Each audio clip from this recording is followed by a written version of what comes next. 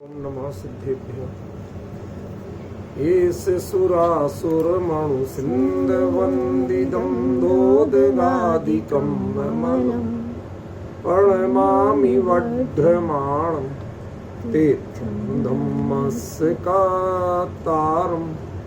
शेषे पुण्यतीर्थैरे ससौवसिद्धे विशुद्धसाभावे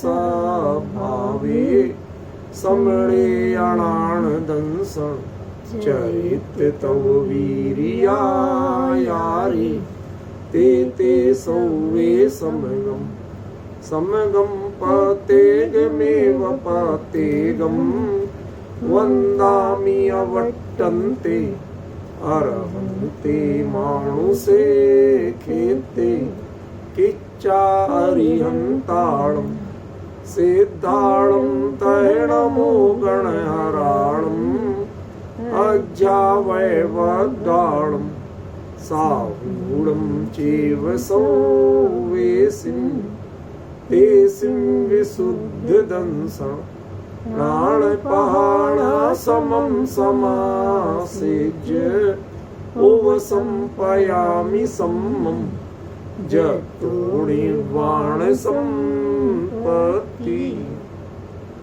प्रवचन सार परमागम ज्ञान तत्व प्रज्ञापन महाधिकार गाथा 10 पृष्ठ 15। रत्ति वीणा परिणामम अथो अथम वीणेह परिणामो दव्व गुण पज्जयत्थो अथो अथितणे वत्तो। कल हमारी इस गाथा पर दोबारा चर्चा चली थी। आज मैं आपको इसमें एक थोड़ा रोचक तत्व बताना चाहता हूँ। उसको यदि आप ध्यान से देखेंगे सुनेंगे तो आपको बड़ी आसानी से समझ में आएगा। जब तक बोर्ड का इंतजाम नहीं होता मैंने ऐसा इंतजाम किया। पढ़ो भाई, दिखाई दे रहा है क्या है? अथो अथि अथित, 3 चीजें हैं। ऊपर क्या है?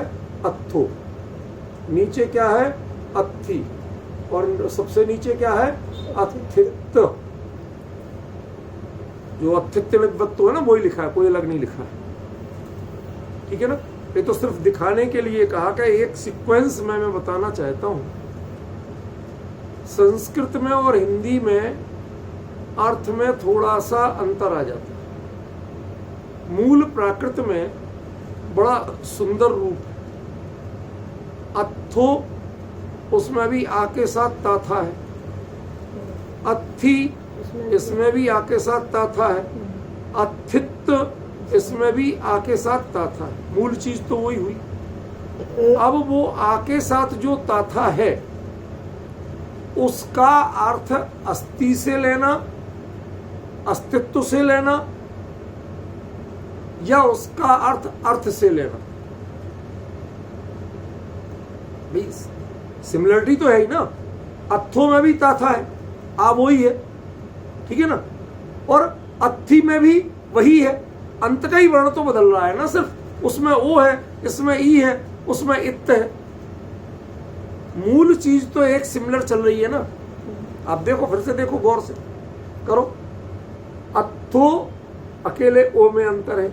अथि अकेला ई का अंतर है। अथित ई और डबलता का अंतर है। शुरू की चीजें तो एक जैसी है ना। मैं अंडरलाइन करके बताता हूं, उतनी चीजें तो सबकी एक जैसी हैं। देखो, अब गौर करो, दिख रहा है ना? कोई परेशानी तो नहीं? क्लियर है ना? अब ये देखिए कि जो अथो है वह अथि। संस्कृत में आपने अथो का मतलब अर्थ कर दिया। ठीक है ना? लेकिन उसमें मूल वर्ब क्या है? अस्तिवाचक ही है। समझ रहे हैं ना? अस्ति में भी वही वर्ब है और अस्तित्व में भी वही वर्ब है। समझ रहे हैं? इसका मतलब आचार्य कुंद क्या कहना चाहते हैं कि अर्थ कोई अर्थवर्थ नहीं होता है। अर्थ तो अस्तित्व ही अर्थ है, अस्तित्व का मतलब ही अर्थ है। संस्कृत वालों ने अस्थि और अर्थ दो बना दिए, लेकिन कुंद कुंद कहते हैं कि हमारे लिए एक ही चीज है, अस्थि कहो, अस्तित्व कहो, अर्थ कहो। अर्थ की पहचान अस्थि और अस्तित्व से अलग कुछ और दूसरी नहीं है। अमित जी भाई साहब, क्लियर हुआ थोड़ा बहुत या नहीं हुआ? पढ़ने में आया ना? क्लियर दिख रहा? जो अर्थ है वह अस्थि से भिन्न और कुछ नहीं है, और प्राकृत में इसमें कहीं डिफरेंस नहीं नजर आ रहा। संस्कृत में अर्थों को अर्थ कर देते हैं और अस्तित्व अस्थि को अस्थि कर देते हैं, उनमें अंतर करते हैं, लेकिन प्राकृत में कोई अंतर नहीं।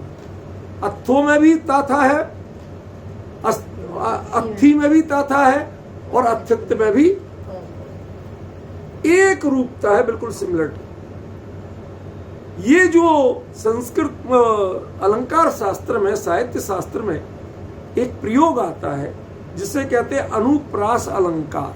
कभी आप लोगों ने भी पढ़े होंगे, बचपन में पढ़े होंगे ना, जब एक जैसे शब्द आप बार बार उसकी आवृत्ति हो, रिपीट हो, तो उसको क्या कहते हैं?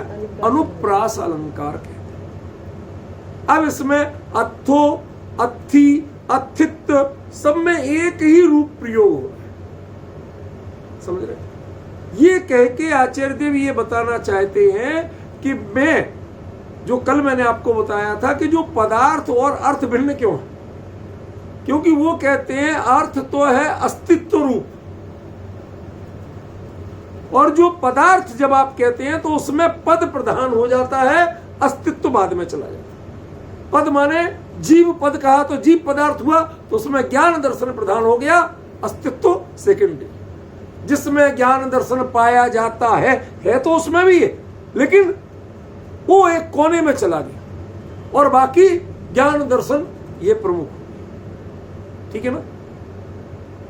उद्गल में स्पर्श रसगंध वर्ण पाया जाता है, अब वो है तो उसमें भी है, लेकिन स्पर्श रसगंध वर्ण तो पदार्थ में निजी लक्षण प्रधान हो जाते हैं, समझ गया ना? भेद दृष्टि प्रधान हो जाती है, और अर्थ में मात्र अस्तित्व दृष्टि होती है, उसमें भेद दृष्टि नहीं होती। ये एक बहुत बड़ा अंतर बता रहा हूं आपको, समझे? आज आप सिद्धांत कोश से लेके धवला से लेके सब पढ़ लीजिए, अर्थ का विवेचन नहीं है, पदार्थ का विवेचन। समझ रहे? अर्थ का मतलब तो फिर अक्सर मीनिंग में जाता है, मतलब में जाता है कि मेरा इसका अर्थ ये माने इसका मतलब ये। अर्थ माने अस्थि, इसको पकड़ने को लोग तैयार हैं। कुंद कुंद इस गाथा में यही पकड़ाना चाहते हैं कि अर्थ माने अस्थि, जो उसकी हयाती है, जो उसकी विद्यमानता है, बस वो विद्यमानता ही अर्थ है। जो इंडिविजुअलिटी है, जिसमें तुम भिन्नता देखते हो, उसका नाम अर्थ नहीं। आपने गुरुदेव श्री के प्रवचन सुने हो, खूब सुने हैं सबने, मैं ऐसा नहीं कहता। उसमें एक चीज वो कहते थे कई बार, सामान्य सत्ता। शब्द सुना है भाई साहब, अमित जी? सामान्य सत्ता, ये सामान्य सत्ता क्या होती है? अर्थ, अर्थ वो सामान्य सत्ता है, और पदार्थ वो विशेष सत्ता है। जीव पदार्थ है, लेकिन उसमें जो अस्तित्व है, जो हयाती है, जो अविनश्वरता है, वो अर्थ। उसको कोई चोट नहीं पहुंचा सकता, उसमें कभी फर्क नहीं पड़ सकता। फर्क काय में पड़ेगा? पदों में फर्क पड़ेगा, अर्थ में फर्क नहीं पड़ेगा। ज्ञान का उघाड़ कम है तो आप क्षोभसम ज्ञानी, ज्ञान का उघाड़ पूरा है केवल ज्ञानी होगा। ये पदों में अर्थ पड़ रहा है, अंतर पड़ रहा है, लेकिन अर्थ जो है, ज्ञान है, इसमें अंतर पड़ रहा है। निगोद का पर्याय ज्ञान है तो भी है, इसमें अंतर पड़ा। चैलेंज कर सकता कोई? आप उसे अज्ञानी जितना चाहे कह लो, लेकिन वास्तव में दुनिया में अज्ञानी कोई आज तक नहीं हुआ हो तो बता दो कौन अज्ञानी? अरे जिसने अपने ज्ञान स्वभाव को नहीं पहचाना, प्रतीति नहीं की, अपने जबरदस्ती बने तो बने रहो, लेकिन हो गए क्या? अज्ञानी मानना, अज्ञानी बनना और अज्ञानी होना, इनमें बड़ा भारी अंतर है। ज्ञान रहित कोई जीव आज तक नहीं हुआ। फिर वो अज्ञानी क्यों कहा गया? कि ज्ञान स्वभावी, ज्ञान रूप, ज्ञान मूर्ति वो होके भी, होते हुए भी उसके तुमने अर्थ को नहीं पहचाना, तुमने उसके पद पर फोकस किया, ज्ञान के घटते बढ़ते तारतम्य पर फोकस किया। पर ज्ञान की जो सत्ता है, जो अविनश्वर सत्ता है, जो कभी बदली नहीं, तुमने उस पर फोकस किया। यहां अर्थ दृष्टि में उस पर फोकस, तारतम्य पर फोकस नहीं। 5 प्रकार के ज्ञान होते कि नहीं होते? नंबर 1 की दल बदलो, समझ गए? अब समझते रहो। अब हमने हाँ कहे तो मैंने हाँ भी कही थी, मैं ना कहूं तो मैंने ना भी कही थी। चित भी मेरी, पट भी मेरी। अब डिफरेंस समझिए। ये क्यों कहना पड़ा? क्योंकि इन्हें पहले जो कहा उसका मतलब बिल्कुल सही था। क्यों? आज तक यही पढ़ा सुना है ज्ञान 5 प्रकार का होता। जो ज्ञान स्वभाव है वह हमेशा विद्यमान रूप होता है, उसमें प्रकार नहीं। ये प्रकार तो कर्म के क्षोभसम जन्य है, कर्मोपाधि जन्य है। ये ज्ञान स्वभाव में प्रकार कहां है? जो ज्ञान स्वभाव की सत्ता स्वीकार है वो अर्थ दृष्टि, और जो ज्ञान के पर्यायगत तारतम्य को स्वीकार करे वो पदार्थ दृष्टि। आप पद को प्रधान करते हो, अर्थ को गौण करते हो। केवल ज्ञान में अर्थ प्रधान होता है, पद गौण। गौण क्या होता है वो ध्यान ही नहीं देते, वो उस रूप में देखते। सब है इसके लिए, पर्टिकुलर इस बात के लिए नहीं, उन्होंने दूसरी दृष्टि से दिया। लेकिन आचार्य समंतभद्र ने रत्न श्रावकाचार्य में बड़ा सुंदर दृष्टांत दिया। घटमौली सुवर्णार्थ, राजकुमारी बड़ी थी, उसे राजा ने खेलने के लिए सोने का घड़ा बनवा दिया था, ठीक है ना। अब राजकुमार बड़ा हुआ, वो कहते महाराज मुझे तो मुकुट चाहिए। अब सोना और लाए कहां से? राजा ईमानदार रहा होगा, आज जैसे नहीं थे, समझे ना। तो उसने कहा कि अब राजकुमारी तू बड़ी हो गई, तेरे खेलने कूदने के दिन गए, अब तो तू और काम देख, माँ के पास से सीख कुछ काम। एक घड़ा दे जरा मुझे। सुनार को बुलाया, इसका मुकुट बना दे भैया। ये राजकुमार रोज जान खाता, मेरे लिए मुकुट नहीं है। काय का राजकुमार में उसका मुकुट। अब उसने जब घड़ा दिया सुनार को तो तुलवा के दिया, कितना सोना था।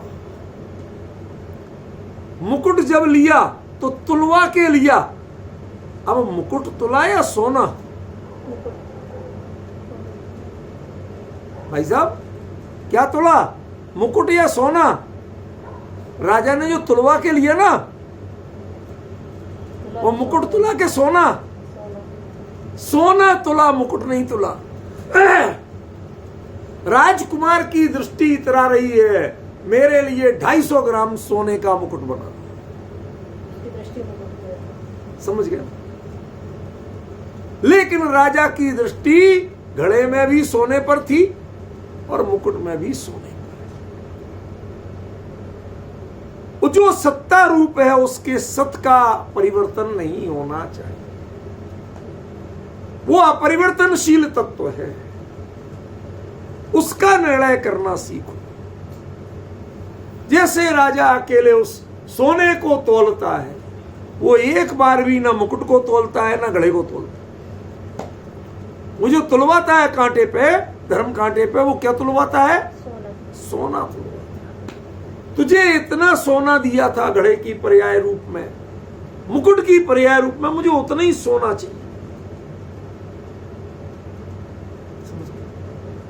यदि सोना बढ़िया है, अब राजकुमार कहता महाराज अच्छा मैं पसंद नहीं आया मुकुट, अरे पहन ले, बाद में फिर बदलवा देंगे, दूसरा बनवा देंगे, कुछ दिन यही पहन ले। क्यों? और यदि वो बहुत अरे मजा आ गया, तो तुझे मजा आए चाहे नहीं आए, राजा जो प्रसन्न है वो तेरे मुकुट की डिजाइन पे प्रसन्न नहीं है। तू जो प्रसन्न हो रहा है वो मुकुट की डिजाइन पे प्रसन्न हो रहा है, और राजा जो प्रसन्न हो रहा है वह सोने की सत्ता अक्षुण्ण है, वो बदली नहीं, उसमें एक रत्ती भर का भी अंतर नहीं आया, वो इस पे प्रसन्न। अब आप बताओ, आपको अर्थ दृष्टि पे प्रसन्न होना है कि पदार्थ दृष्टि पे प्रसन्न होना? समझ रहे हो? ये बड़ा भारी अंतर है इसका। यहां अर्थ जो है वो अस्तित्ववाची है, और नव पदार्थ विवेचन में जो अर्थ है उसमें अस्तित्व गौण हो जाता है और पद मुख्य हो जाता है। यदि आप अकेले अस्तित्व को देखोगे तो जीव पदार्थ नहीं कह सकते,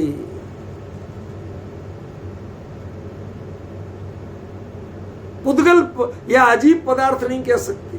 क्यों? सब सत्ता रूप है, कोई भेद नहीं है उनमें, कोई भेद नहीं। एक चीज सोचना है बहुत शांति से और बड़े अच्छे मन से, मैं कह रहा हूं अच्छे मन से ही ग्रहण कर। एक जीव शूद्र पर्याय में उत्पन्न होता है, ठीक है, या अन्य मतियों का ले ले तो सूकर पर्याय में उत्पन्न हुआ, सुअर बना। कितने अच्छे हैं पशु, उनमें जाति के नाम पे, धर्म के नाम पे लड़ाई नहीं होती। मनुष्यों में अभी किसी को शूद्र कह दो, SC ST आयोग वाले जेल मंडलों वाले। इसलिए मैंने दृष्टांत बदला, मैंने कहा भैया ये नहीं देके हमें वो देना चाहिए। एक शूकर है, सुअर, ठीक है ना, सबसे तिरस्कार पाता है, सबसे तिरस्कार पाता है। एक वल्चर है, गिद्ध है, सबसे तिरस्कार पाता है, ना शकल का, ना सूरत का, ना इसका, ना उसका।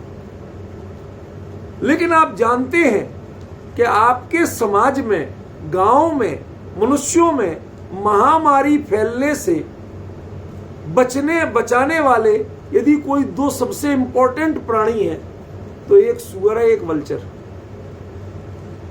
पिग एंड वल्चर, ये दो आपके सबसे बड़े फ्री फंड के सफाई कर्मचारी है, और ऐसी सफाई करते हैं कि जो सफाई तुम कोई करने को तैयार नहीं।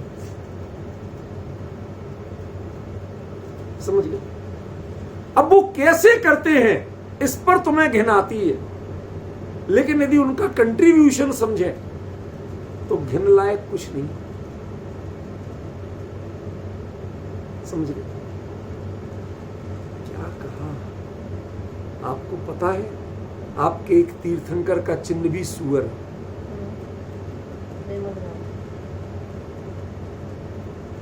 तो वो भगवान की कैटेगरी छोटी हो जाएगी, और शेर होने से महावीर बड़े हो जाएंगे? अरे हम लोगों ने, भगवान ने चरणों में स्थान दिया, उनके जिनबिंब के चरणों में स्थान है। जब आप ढोक देते हो तो माथा उसके सामने भी झुकता है, भले ही आप उसको लक्ष्य करके नहीं झुकाते, लेकिन झुकता तो है ना भाई साहब। अब वो आपको सुअर का चिन्ह दिखा, इतना दिखा, और आपने कहा फला भगवान की जय, क्योंकि भगवान के आकार प्रकार में तो कहीं विमलनाथ नहीं झलकते। कोई फोटो नहीं आज तक किसी के पास विमलनाथ की है। How did you identify, how will you, वो कहते ना, कैसे आप पहचानोगे, क्या तरीका है आपके पास पहचानने? ले दे के वो जो सुअर बना है वो ये पहचानने का तरीका। अब बताओ, आपको विमलनाथ जी भगवान ढूंढना थे, यदि वो नहीं होता तो आप ढूंढ पाते, पहचान पाते?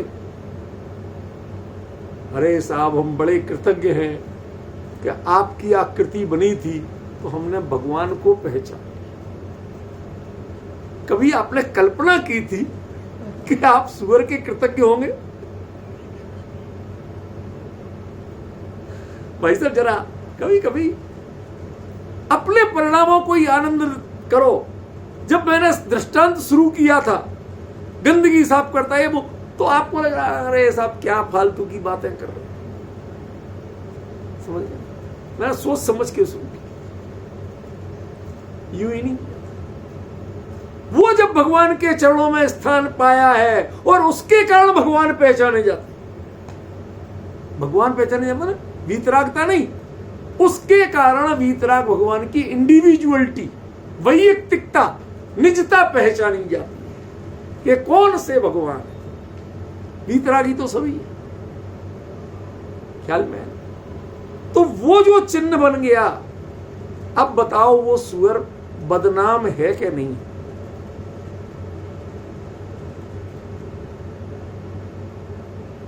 बताओ, यदि वो बदनाम था तो प्रतिष्ठित प्रतिमा पे जो बना है उसके सुअर के चिन्ह को, नीचे को आप मिटा सकते हो? नहीं, यूं ही नहीं कह रहा हूं। जिनवाणी में प्रमाण है कि प्रतिष्ठित प्रतिमा पर छेनी चलाना, किसी भी जगह कोई औजार चलाना घोर पाप है, निधत्व और निकाचित बंध कर्मों के बंध का कारण है। आपको चाहिए तो निकाल दूंगा प्रमाण, नहीं तो ऐसे ही मान लो। मतलब वो जो सुअर का चिन्ह बना है उसकी भी प्रतिष्ठा हो गई है, उस पर आप छेनी नहीं चला सकते हो।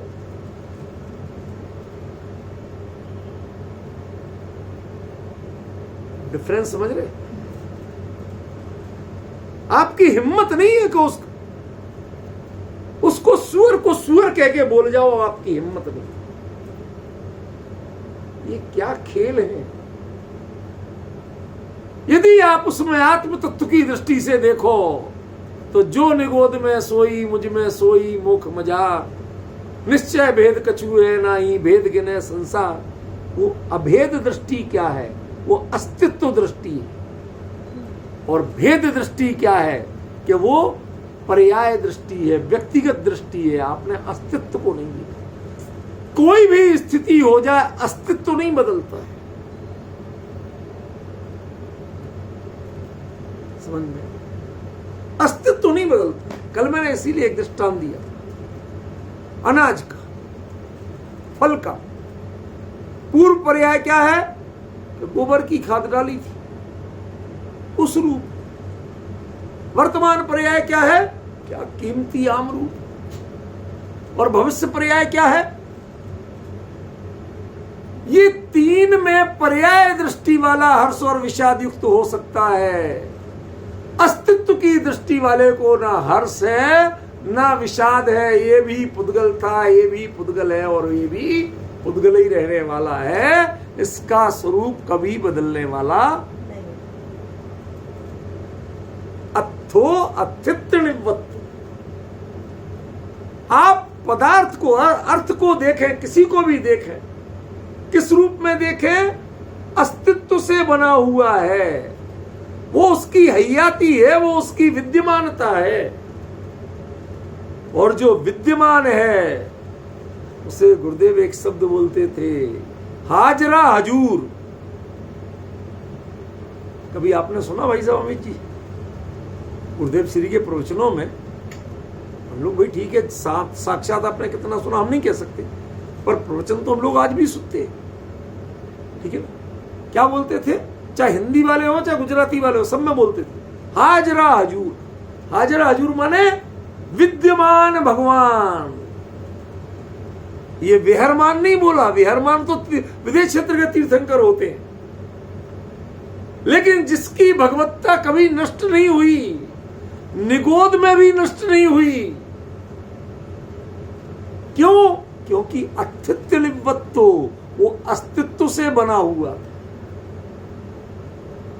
उसका जो ज्ञा स्वभाव था वो अस्तित्व से बना हुआ था, नष्ट नहीं हुआ। ये अर्थ दृष्टि को बनाना सीखो आप। यदि आप बहुत पर्याय भी अर्थ है, पर्याय में अर्थपना है, अस्तित्व है, अस्तित्व है, लेकिन आपकी कमी क्या है, आप उसमें पर्यायपना देखते हो, अस्तित्वपना नहीं। समस्या यहां, यदि आप पर्याय में भी अस्तित्व दृष्टि देखो तो कोई दोष नहीं है, कोई विकार नहीं है। क्यों? निगोद की अवस्था में आप सोचते अरे राम राम राम राम, क्या दुर्दशा है, एक श्वास में 18 बार जन्म, 18 बार मरण, इससे दुर्दशा और क्या हो सकती है।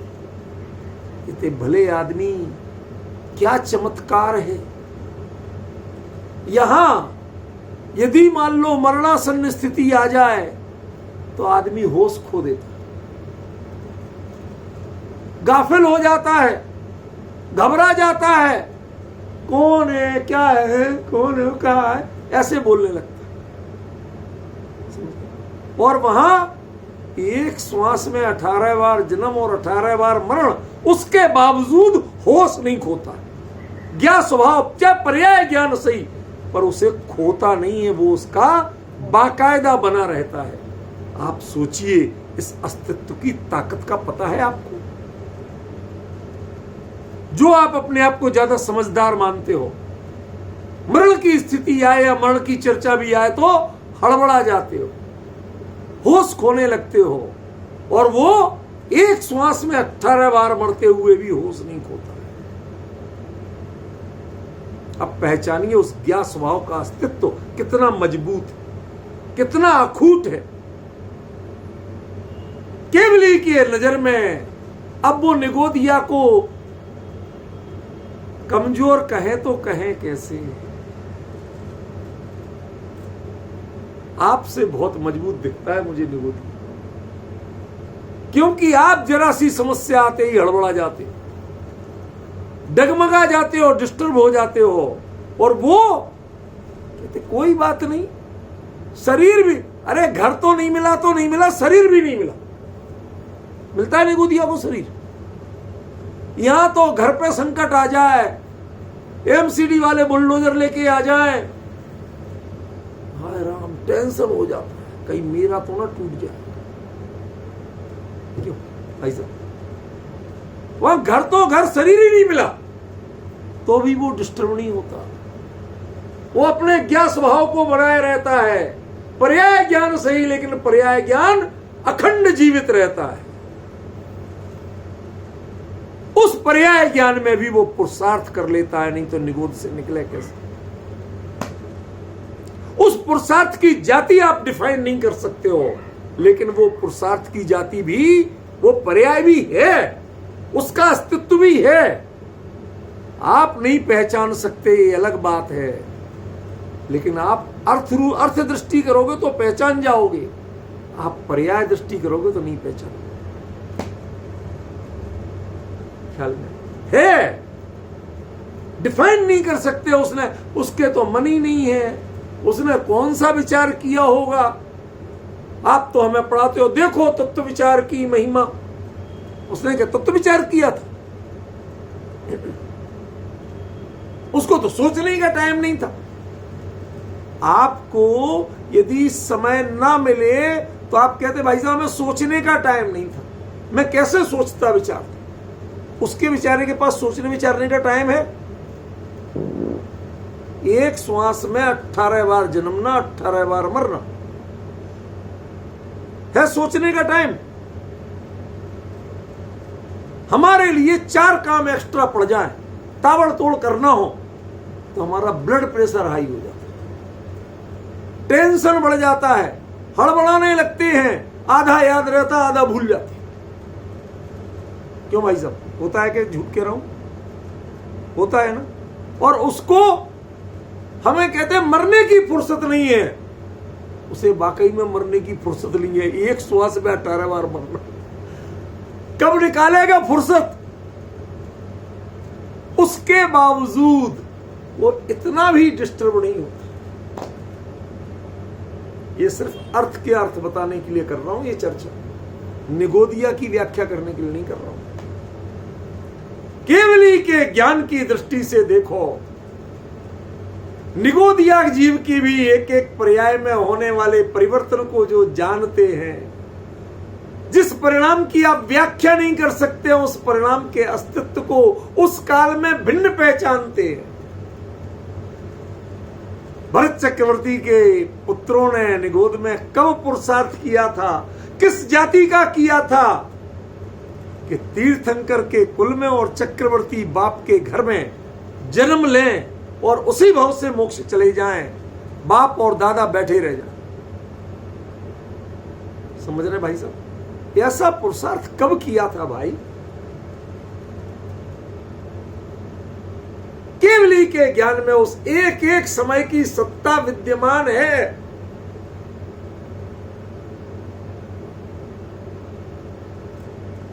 आप पर्याय का ज्ञान करने को मजाक समझते हो? उसकी सत्ता को पहचानने हो, शुभ अशुभ कुछ भी हो, उसकी सत्ता का उस काल में वो सत्ता को बिल्कुल प्रॉपर आइडेंटिफाई करना, सत्ता को, परिणाम के भेद को नहीं कह रहा हूं। शुभ हो या अशुभ हो, कुछ भी हो, उसमें दोनों के बीच में प्राण तत्व जो है, जो उसे प्राण दे रहा है, जीवित रख रहा है, उसका नाम ज्ञान है। यदि ज्ञान नहीं हो तो माफ करना, आप पूजा करने जाते हो आपको पुण्य बंध जाता है, आप चोरी के भाव से चले जाओ आपको पाप बंध जाएगा, लेकिन उस मंदिर की टेबल को आज तक पुण्य पाप नहीं बंधा। कि उस पर शास्त्र रखा गया तो पुण्य, और कुछ और रख दिया तो कोई फर्क पड़ता है? मैंने जानबूझ के जिन की बात नहीं की, क्योंकि कुछ मर्यादा होती है, इसलिए मैंने टेबल की बात की। समझ गए? जिनकी पूजा करके आपको पुण्य बन रहा है, पुण्य भाव कह रहे हो, उसमें पुण्य नहीं। जिनके निमित्त से आप अपने परिणाम विकारी करके पाप, उनमें पाप नहीं। अरे जब उनमें नहीं होता तो खरेखर वो एक समय की पर्याय का भेद छोड़ दो, तो आत्मा में भी पुण्य और पाप नहीं होता। तो एक समय की सत्ता में ऐसा हुआ था, उस काल में ऐसा प्रणमन है, सब जानते हैं। जब ये जानते हैं तो भाई साहब आपको गिरना तो दिखता है, वो उठना नहीं दिखता कि निगोदिया जीवों ने कैसे तीर्थंकर के कुल में जन्म लेने के परिणाम बांधे होंगे। कौन सा परिणाम किया होगा, क्या आप उसको डिफाइन करके बता सकते हैं मुझे? जो गति नाम कर्म के बंध के कारण है, मनुष्य गति के क्या कारण है? क्यों अल्पारम परिग्रहोत्तम मानुषस्य स्वभाव मार्दवम च, ये दुनिया भर के जो आप पढ़ते हो, मुझे ये बताओ कि एक निगोदिया तीर्थंकर के कुल में पैदा होने जा रहा है, उसने कौन से परिणाम किए होंगे? पहले ध्यान रखना, वो निगोदिया।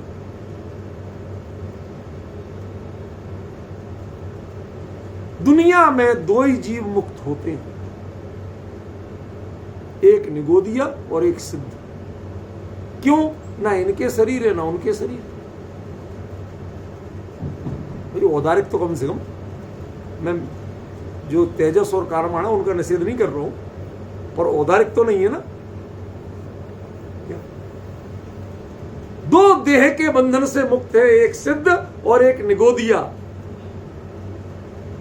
इतना कम ज्ञान होते हुए भी ये देह का बंधन मुक्त हो, ये भार मुक्त हो, तो ज्ञान संदीप्त रहता है। पर्याय ज्ञान रह के भी वह लोट डगमगाती नहीं,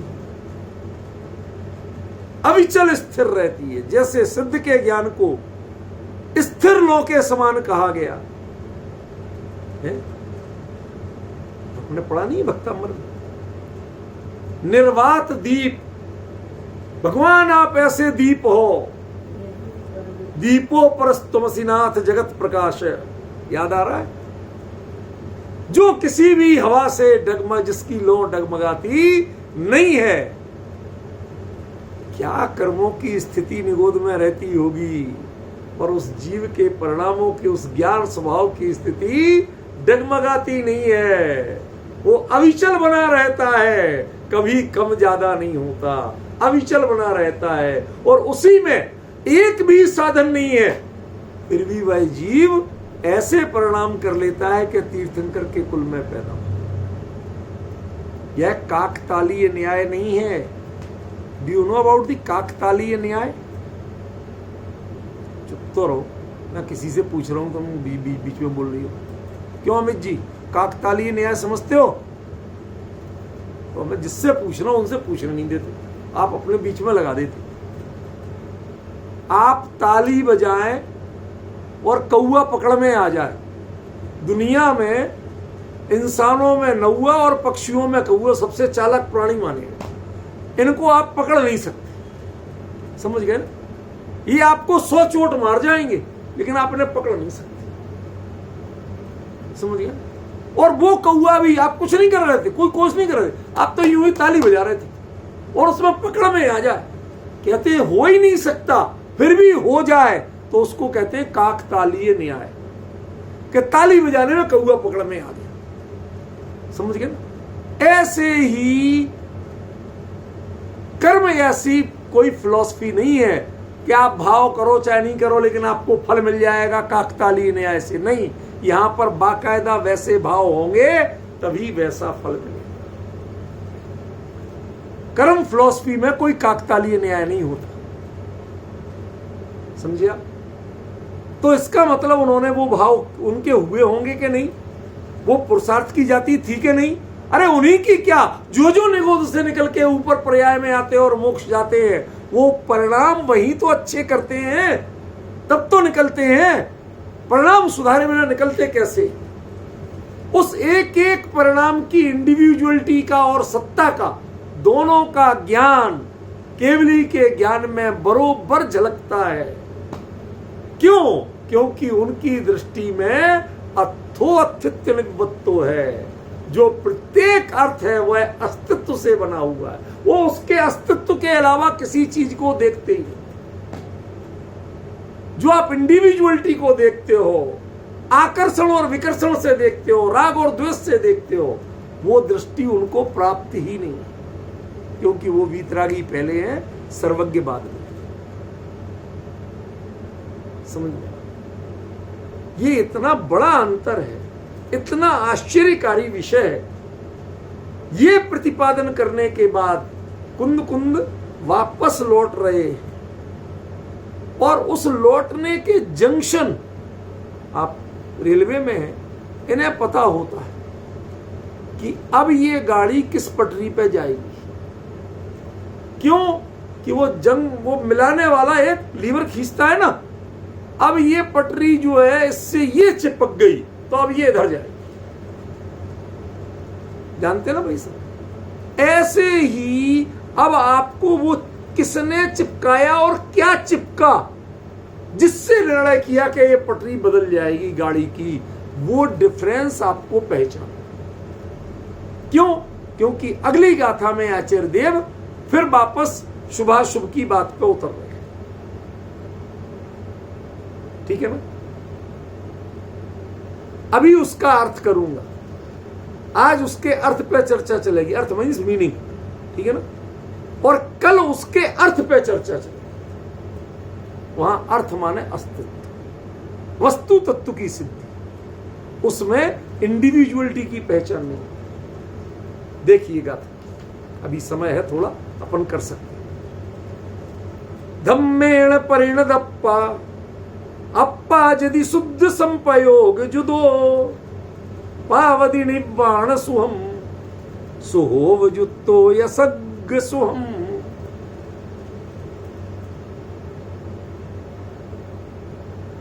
इसका प्रश्न क्या है? प्रश्न क्या है?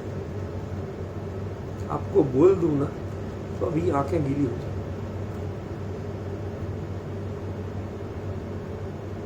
इसका प्रश्न आप कल्पना नहीं कर सकते। जो प्रश्न, जिसका उत्तर है, ये केवली परमात्मा की दिव्य ध्वनि में आया। सचिन, ध्यान से सुनना, बहुत भावुक प्रश्न है इसका। कुंद कुंद खड़े समोसरण में हाथ जोड़ के भगवान किसी तरह चौथे काल में भी आके आपके सामने खड़ा हो, मेरे सामने जा रहे हैं मोक्ष, मेरा नंबर नहीं आता, क्या कर? धम्मेण परिणदप्पा अप्पा यदि शुद्ध संपयोग जुदो धर्म से परिणत आत्मा। धर्म अब याद है, 8वीं गाथा। धम्मेण परिणदप्पा अप्पा यदि शुद्ध संप्रयोग जुदो, वह शुद्ध संप्रयोग से, वो शुद्ध उपयोग नहीं दिया है, शुद्ध संप्रयोग दिया है। शुद्ध उपयोग ये तो अशुद्धता का प्रतिपक्षी है। शुद्ध संप्रयोग, ऐसा संप्रयोग, ऐसी प्रोसेस जिसमें पर्याय भी पर्याय की दृष्टि नहीं करती। वो अपना स्वरूप मानने को तैयार नहीं। मुझे याद है आज भी, जब मैं बहुत छोटा था, शायद 7-8 साल का मुश्किल से रहा होऊंगा, तो हमारे भाई साहब जो थे वो पाठशाला वगैरह भी पढ़ाते थे, तो उनके सक्रियता बहुत थी, तो वो नाटक कराते थे कभी कभी। भाई आज के जमाने में तो लोग जो पिक्चर वाले तो पिक्चर देख ले, अब उन दिनों टीवी थी नहीं घर घर में, तो क्या करे आदमी, मनोरंजन कहाँ करे, धार्मिक व्यक्ति कहाँ जाए? तो वो धार्मिक नाटक 2-4-6 महीने में कुछ हो जाते थे, एक आध रात बैठे रहते थे, 12-1 बजे तक लोग देखते थे। तो एक नाटक में उन्होंने मेरे को बना दिया बाबा, मजाक नहीं कर रहा हूं, सही में बाबा बनाया। मैंने मेरे से बड़े को तो बनाया लड़का मेरा, और मुझे उसका दादा बना दिया। लड़का भी नहीं, बेटे का बेटा बनाया, और मुझे बनाया दादा। बाकायदा क्रीम पाउडर सब बालों में, लोग तो चेहरे पे लगाते, उन्होंने बालों में बड़े। मैंने कहा भाई, तुम हमारा मेकअप तो कर दोगे, लेकिन मेरे व्यवहार के बिना मुझे बाबा कौन मानेगा? आप समझना की कोशिश कीजिए, मुझे वो मेंटलिटी सिखाओ। मैं तो बच्चे की मेंटलिटी वाला हूं, मुझे बाबा की मेंटलिटी तो सिखाओ। अंतर समझ रहे हो? तो उन्होंने कहा तुम्हें कुछ नहीं कर, एक तो थोड़े अटक के बोलना और हर बात में अरे बेटा आजा बेटा, ऐसे करना हो। बाकी डायलॉग जो है सो ठीक है। ये तुम्हारे उसमें डायलॉग लिखे, मैं लिखा भी नहीं हो तो करते रहना। समझ गए? अब हम इन चीजों का पता तो था नहीं, फिर भी, और उनने इतना कहा, हमने थोड़ा और मिला दिया उसमें, बेटा बेटा मिला दिया। नतीजा ये हुआ कि जो बाकी सब तो रह गए, सबसे छोटी उम्र का मैं ही था, लेकिन मुझे पहला प्राइज मिल गया। समझ गए? लोगों ने कुछ भी कहो, बाबा जी बहुत अच्छे थे। अब ये तो हुआ आपके लिए व्यर्थ का मनोरंजन। असली मुद्दे की बात बताना चाहता हूं। उस समय 8 साल के बच्चे ने 80 साल के बुढ़े के मनोभावों को, दादा के मनोभावों को कैसे समझा होगा, कैसे बोला होगा, जब तक वो अंदर से फीलिंग नहीं आए तो क्या ये स्वर निकलेंगे? ऐसे ही कहना चाहते हैं कि उस पर्याय से शुद्ध संप्रयोग के स्वर क्या यूं ही निकल आएंगे? उसे अपनी सत्ता भूल करके, अपना बचपना भूल करके अपने बुजुर्गी को जी के देखना पड़ेगा, तब वह शुद्ध संप्रयोग कहलाएगा, वरना तो मजाक कहलाएगा। जो ये नए बोलते हैं, मैं पर्याय बिना का तत्व हूं, मैं निर्विकल्प हूं, अरे भले आदमी तुम खुद विकल्प हो। गलत कह रहा हूं भाई साहब? जो कह रहा है नए कि मैं निर्विकल्प हूं, तुम खुद विकल्प हो। समझ रहे कि तुम जब बिल्कुल ऐसे हो जाओ कि तुम्हारे उसमें वो तुम्हारा रूप ही भूल जाए, ना शकल से दिखो, ना शब्द से दिखो, ना फीलिंग से दिखो, ना बुढ़े की तरह हिलते डुलते वाले, सारी चीजें तुम्हारे द्रव्य गुण पर्याय तीनों जब बदल जाए तब जानना। शुद्ध संप्रयोग का मतलब बता रहा हूं, कोई द्रव्य गुण पर्याय बदलते नहीं है, दूसरा अर्थ मत लेना, ये तो व्यंग्य है। समझे? तो आचार्य ने कहा, भगवान ने कहा सिमंदर स्वामी ने, हे कुंद कुंद सुनो, धम्मेण परिणतप्पा यदि शुद्ध संप्रयोग जुदो। जैसे शुद्ध संप्रयोग से युक्त हो रहे हैं, शुद्धोपयोग तो तुम्हारे पास भी है, लेकिन शुद्ध संप्रयोग नहीं। संप्रयोग उसे कहते हैं कि जुड़ने के बाद बाहर लौट के नहीं आता। ख्याल में पावदी निर्वाण स्वम, कुंद कुंद वो ही निर्वाण के सुख को पाते हैं उस भाव में। और यदि तुम्हें हमारा बहुमान है, उपयोग मेरी से नजर नहीं हट रही तुम्हारी, और स्वरूप में उपयोग टिक नहीं रहा, सोहो जुत्तो या सग्ग सोहम, हे कुंद कुंद अभी तो तुम्हें फिलहाल स्वर्ग ही मिलने वाला है, निर्वाण। कल्पना करिए ये गाड़ी, भाई साहब मैंने क्या कहा था, आप पहचानिए तो कि लीवर कहां दबाया जा रहा है, पटरी किससे चिपक रही है। अभी क्या कह रहे थे, अथो अत्युत्तिलिवत्तो। तो कुंद कुंद ने कहा, महाराज यदि इतना ही क्लियर ज्ञान है, इतना ही परिपूर्ण ज्ञान है, सर्वज्ञ हो, केवली हो, थोड़ा सा मेरे ऊपर भी रहम कर दो, कृपा कर दो, थोड़ा तो बताओ।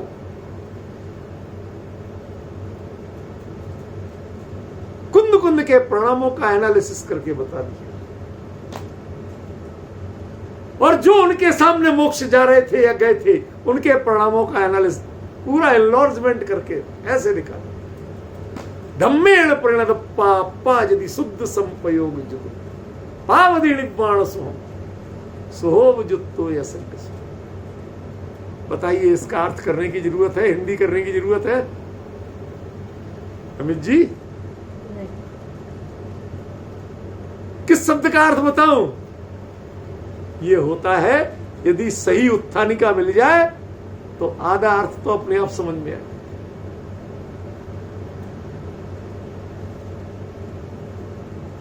ये उत्थानिका ही कुछ और है, यह जिज्ञासा ही कुछ और है, और उस जिज्ञासा का ये उत्तर या समाधान है।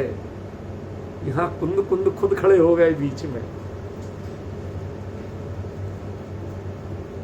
आप बिल्कुल एक एक परिणाम तक को स्पष्ट जानते हो। काल द्रव्य के एक एक परिणमन, एक एक परिणाम के साथ साथ उस काल में अनंत द्रव्यों की जो पर्याय हुई थी उनको स्पष्ट जानते हो। भगवान प्लीज मेरे ऊपर भी। क्या उत्तर आया? धम्मेण परिणतप्पा यदि शुद्ध संप्रयोग जुदो। ये जदी में बहुत बड़ी ताकत। कुंद कुंद यदि तुम शुद्ध संप्रयोग युक्त हो गए होते, हो सकते होते, तो तुम भी यहीं से निर्वाण चले जाते। तुम शुद्ध होने के सारे मार्गों को जान गए हो। कमी क्या है कि संप्रयोग नहीं कर पाए। या संप्रयोग शब्द में भाई साहब जब आगे समझाऊंगा ना कि शुद्ध संप्रयोग क्या होता है, कि आपको बहुत आनंद आने वाला। अभी तो इतना ही आनंद लो। मैंने कहा था आज ज्यादा विस्तार नहीं आएगा। आज खाली जंक्शन के ऊपर पटरी बदलना सिखाओ। यहां उत्थान चारित्र प्रणाम संपर्क संभव तो शुभाशुभ प्रणाम। क्या है भैया, क्या सिखा रहे हो? यहां आचार्य बात कुछ और कर रहे हैं। जब केवल ज्ञान की बात चलेगी तो केवल ज्ञान के लेवल की ही बात आएगी। किसी को बहुत बड़ा ज्योतिषी मिल जाए तो जो घर में सब कुछ हो, क्यों रत्नों की वर्षा जैसी हो रही हो, तो भी धीरे से पूछ लेता है, भाई साहब पता ना बच्चे की तबीयत ठीक नहीं रहती और बाकी माल पाने की तो कमी कोई नहीं। एक सत्य बता रहा हूं, एक अरबपति ने ही बताया मुझे।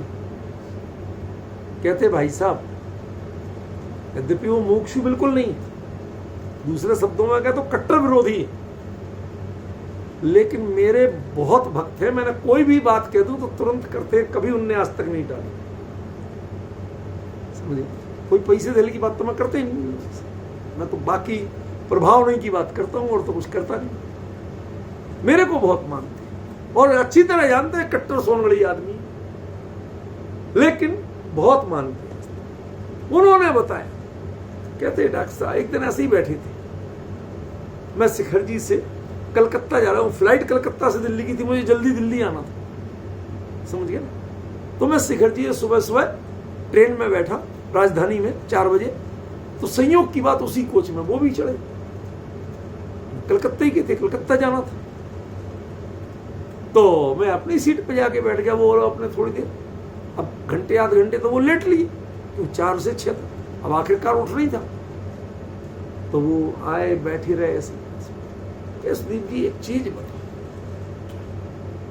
कहती चक्कर क्या है, ये जो अपार पैसा के धनी है, नौकर चाकर, ये वो पहुंच पहचान, जिसको जो कह दो वो सब कुछ होता है, उनके इशारे में बरसता है, उनके छाती में कील क्यों गड़ी होती? क्यों, काय की कील? कौन सी कील? कहते एक ना एक वेदना ऐसी लगी होती है जिसको वो अच्छी तरह जानते हैं कि हम सब कुछ लुटा दें तो भी ये ठीक नहीं हो सकता। हर एक के घर में एक ना एक औलाद ऐसी है जिसके आगे सिर्फ आंसू निकलते हैं देख देख के, और कुछ नहीं होता। सारी दुनिया में दिखाया है सब एक से एक एक्सपर्ट को, कहते भाई साहब अकेला इसका इलाज नहीं है, बाकी सब। कहते क्यों होता है? ये अंतर समझ रहे हो आप? ये आपके पूर्ण की हैसियत दिखाई जाती है, प्रति समय दिखाई जाती है, और उसके बाद भी लोग पूर्ण का अहंकार करते हैं। वो अच्छी तरह जानते हैं कि भैया हमारे की कुछ नहीं हो रहा। क्या है जब सारा कुछ लुटा के ये नहीं कर पाए तो क्या किया? ऐसी विडंबना होती है भाई साहब। जो चीज जब नहीं होनी है तो नहीं होनी है। पंचम काल में जन्मे जीव को उस भाव से मोक्ष नहीं होना है तो नहीं होना है। वो शुद्धोपयोग तो कर लेगा लेकिन शुद्ध संप्रयोग नहीं कर पाएगा। अब आप समझिए, आज तक शुद्धोपयोग तो पढ़ा है आपने, लेकिन शुद्ध संप्रयोग नहीं पढ़ा। जब इसका खुलासा करूंगा तो आपके लिए कुछ विशेष ऐसा मिलने वाला है कि जो चीजें आज तक सुनी नहीं, समझी नहीं, विचारी नहीं, वो मिलने वाली। वो शुद्ध संप्रयोग जब होता है तभी निर्वाण के सुख को पाता है जीव। अन्यथा ये तो तय है कुंद कुंद कि तुम्हारा कोई मोक्ष दूर नहीं है, लेकिन जब तक तुम्हें सुहोवजुत्तपना है, कुंद यहां तुम सच बताऊं, अपने हित के लिए से ज्यादा तीर्थंकर की वंदना थी तुम्हारी। केवल ज्ञान की महिमा थी। यदि ज्ञान स्वभाव की यदि महिमा होती तो भरत क्षेत्र से विदेश क्षेत्र आने की जरूरत नहीं पड़ती। समझ रहे? यदि यही संप्रयोग तुम अपने ज्ञा स्वभाव में ज्ञा तत्व माने या परिणाम, ज्ञा स्वभाव में ज्ञा तत्व का संप्रयोग करना वही हो रहा होता, तुम्हारे सामर्थ्य में होता, पंचम काल में जन्मे जीवों का ऐसा योग होता, तो भाई साहब आप गारंटी से निर्वाण के सुख को पा जाते। तुम्हारे साथ तो एक प्लस पॉइंट भी था। अब मैं जो बताने वाला हूं आप अवियल बौखलाओगे। क्यों भाई साहब? कभी किसी को कहो कि भाई तेरी आयु बहुत छोटी है, ये तेरा प्लस पॉइंट है, कहोगे कभी? नहीं। और वो कोटि पूर्वनी आयु है, कोटि पूर्व तक अनंत अवस्था में रहेंगे, वो तेरी आयु छोटी है, अभी मोक्ष चला जाएगा। बताइए सौभाग्य के दुर्भाग्य? अरे तुम पंचम काल के जीवो, तुम्हें इतनी आयु रखी कहां? जो यहां के लोगों को कहते काश तुम्हें शुद्ध संप्रयोग करना आता होता, पावनी अभी तुम मोक्ष ले जाओ। क्या करें, विडंबना यही है, तुम मेरी ओर देखते हो। यदि यही उपयोग अपने स्वभाव में संप्रयोग करना सीख ले तो निर्वाण सुख, और जब तक आराध्य की आराधना में व्यस्त होता है तो सुहोब जुत्तो या संग सुख। तुम्हारे चित्त से, सीमंदर कहते हैं कुंद कुंद तुम्हारे चित्त से मैं नहीं उतरा, इसलिए स्वर्ग पाओगे। यदि चित्त से मैं सामने रहते हुए भी मैं उतर गया होता और गया चढ़ गया होता तो तुम यहीं से निर्वाण चले गए। इस डिफरेंस की चर्चा, ये जो क्या होता है संप्रयोग, कैसे परिणामों की जाति बदलती है, कहां कुंद कुंद अपना जिज्ञासा रख रहे हैं, कहां कुंद कुंद केवल ज्ञान स्वभाव। अरे केवल ज्ञान स्वभाव केवल ही है, जब ही तो ये पूछा जा रहा है, जब तो ये जिज्ञासा हो रही है। अरे गहरे से कौन पूछता? कोई ज्योतिषी पत्र वाला बता सकता है क्या कि तुम कब मोक्ष जाओगे? ये कोई ज्योतिषी पत्र का विषय है क्या? क्षोभसम ज्ञान का विषय है क्या? ये भी केवल ज्ञान का विषय है। और केवली के अलावा कोई वर्णन नहीं कर सकता कायदे से। मैं तो संकेत करूंगा, समझना आपको पड़ेगा। संप्रयोग की स्थिति, संप्रयोग की प्रोसेस उसके डिफाइन नहीं कर सकता। यदि सामान्य क्षोभसम में उसे डिफाइन करने की ताकत होती तो कुंद कुंद हमसे बहुत क्षोभसम के धनी थे, वहीं डिफाइन करके, वहीं इसको क्रैक करके वो मोक्ष। इसलिए अंतर समझना कि क्या परिणामों की जाति में विशेषता होती है, जिससे शुद्ध उपयोग होते हुए भी शुद्ध संप्रयोग नहीं होता। अमित जी सच बताओ, कुछ कौतूहल जिज्ञासा वृत्ति बन रही कि नहीं बन रही कि 23 घंटे कैसे निकलेंगे? समझ रहे हैं? ये विषय अद्भुत है। मैं इसलिए इस चर्चा के अलावा मैं भी आपके जब बैठ भी जाता हूं ना, मैं बिल्कुल टाइम से बैठ जाता हूं। मुझे अपना स्वाध्याय करना, मैं आपका आवाज बंद कर देता हूं। ये चालू आईडी चालू होती, आवाज बंद कर देता। क्यों?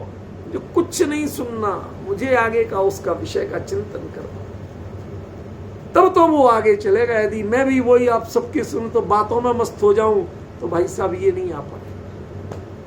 क्या लगता? कल आपके लिए शुद्ध संप्रयोग की चर्चा आएगी।